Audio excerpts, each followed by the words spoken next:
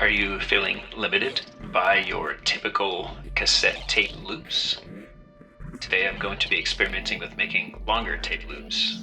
Typically, even at its slowest, a normal loop would be about 6.5 seconds on this Fostex X15.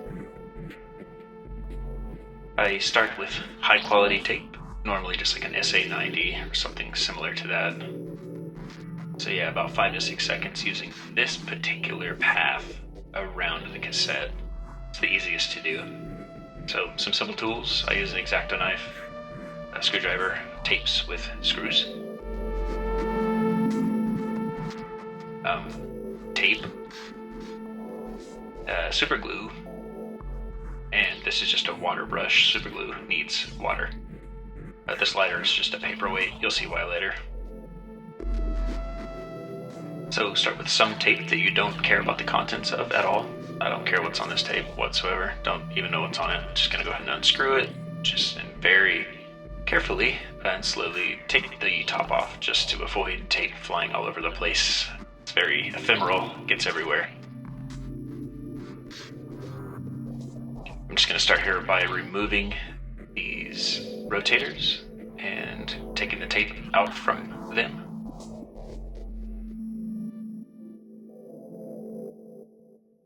And gonna carefully take this out and unspool it a bit and just cut off this lead in. I don't need that. For this particular tape loop, you're gonna want about exactly 500 millimeters of tape.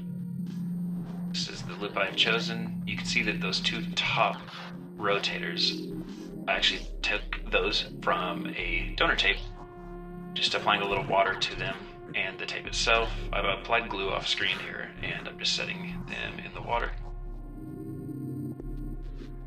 Super glue sets up really fast in contact with water. That's why it sticks to your fingers so well.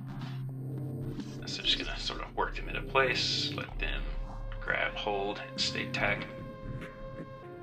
You are going to want to give that about 30 minutes. Let it completely dry. I learned that the hard way. It dissolves tape.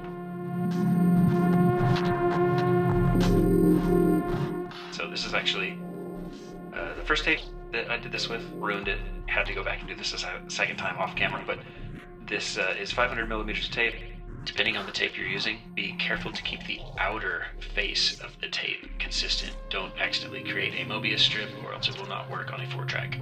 And here I'm just going to cut a small thin section of tape that's a little thinner than the tape itself. And just be very careful to line this up perfectly rectilinear so the tracks in your 4-track stay consistent. And this is what I consider the hardest part of all of this. Tape is quite ephemeral. It just wants to fade through your fingers and float away. It's wild. Anyhow, so take a bit of patience. I'm using a voltmeter probe here, as my human fingers are not fine enough, and in this particular case are about 3 espressos deep and quite shaky and sweaty. The tape keeps sticking to my fingers. So yeah, trying to remember the path here a few times. Wrapping it around these spools. Finally, success.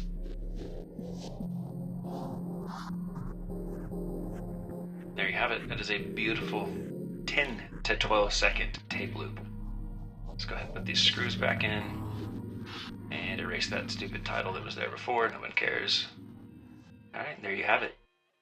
With this particular loop on my Fostex X15, I can go from 10 seconds to 12.5 seconds. Beautiful.